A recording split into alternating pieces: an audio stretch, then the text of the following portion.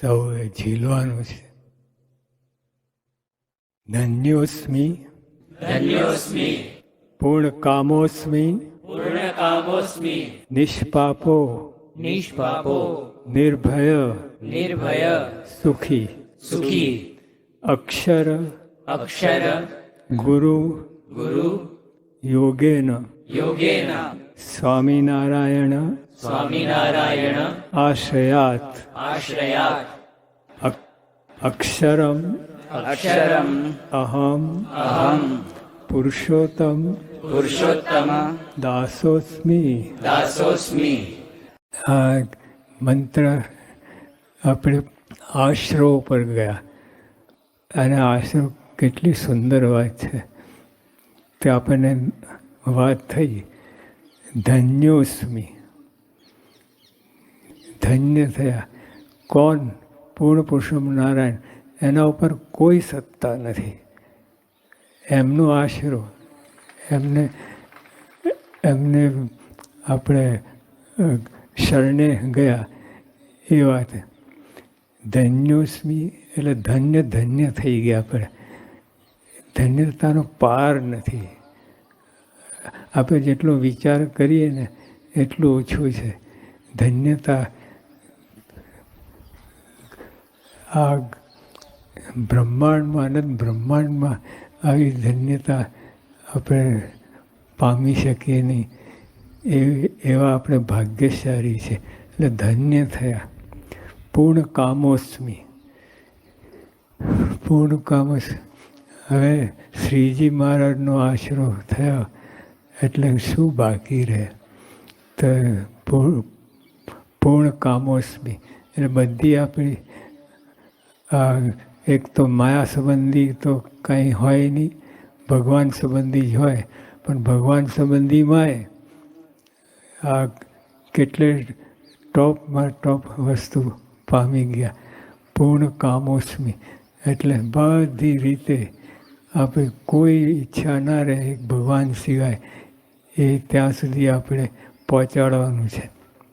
નિષ્પાપો અનંત જન્મના, આ જન્મના નહીં, આ 2-4 દિવસની વાત નથી. અનંત જન્મના પાપો એ બધાથી આપણે મુક્ત થઈ ગયા. આશરો કરવાથી, શ્રીજી માનો આશરો કરવાથી જ આ બધું થાય, નહીં તો કાંઈ ના થાય. નિર્ભય, કોઈનો ભય ન રહે. શ્રીજી મહારાજ મળ્યા પછી કોનો ભય રહે? જે આપણે આ લોકમાં કોઈ પ્રેસિડેન્ટ કે એનો જે આશરો હોય તો તમે બધી રીતે સેફ રહો. એટલે આવી રીતે એટલે શ્રીજી મહારાજના શરણે ગયા એ નિર્ભય. અને આપણે ભય રહેતો હોય તો આપણે આશરો કર્યો જ નથી. જે એમના શરણે ગયાથી શું બાકી રહે? અને પછી સુખી થવાનું. દુઃખ ભયથી નહીં, હવે સુખી થવાનું. અને સુખમાં તો હવે અક્ષરરૂપ થઈને જે પ્રાપ્તિ થવાની છે એ સુખની વાત. બીજા સુખની વાત નથી. બીજા સુખ તો અનંતગતિ બ્રહ્માંડનો જે સુખ છે એ તો બધું નાશન તુચ્છ ક્ષણિક. મહારાજ કે શેઠ પ્રકૃતિ પુરુષ સુધી, પાતાલથી પ્રકૃતિ પુરુષ સુધી બધા આપણે દેહ ભાવમાં રાચીએ છીએ. અને દેહનું સુખ તો કાંઈ નથી.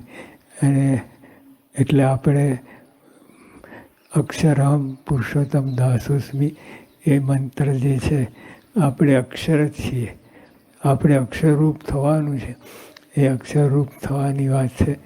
એટલે આપણે એટલું બધું સુખી થવાની વાત તો પરમ સુખી થઈ ગયા. અને અક્ષર ગુરુ યોગેન. અને અક્ષરરૂપ ગુરુ એના સંબંધે સ્વામિનારાયણ આશ્રયાત. અને એમના સંબંધે પુરુષોત્તમનો સંબંધ અક્ષર દ્વારા જ થાય. આપણે અક્ષરરૂપ થઈએ પછી સંબંધ થાય.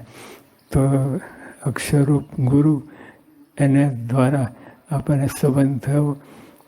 અને ગુણાતીતાન સ્વામી, ભગતજી મહારાજ, શાસ્ત્રી મહારાજ, યોગી બાપા, પ્રમુખ સાંઈ મહારાજ, એમને સંબંધે આપણે શ્રી મહારાજના ચરણે બેસી ગયા. અક્ષરમ અહમ પુરુષોત્તમ દાસોસ્મી. આ બધાનો ઉકેલ આમાં આવી જાય છે. અક્ષરરૂપ થવાનું છે એટલે અક્ષરની જરૂર પડે. એટલે બધા એક નહીં, બધા આપણે અક્ષરરૂપ છે. અક્ષરરૂપ થવાનું છે એટલે અક્ષર પોતાને અક્ષર માનવાનું છે. અક્ષર જ આપણે અક્ષર, તો જ પુરુષોત્તમનો સંબંધ થાય. એ વાત છે. સહજાનંદ સાંઈ મહારાજની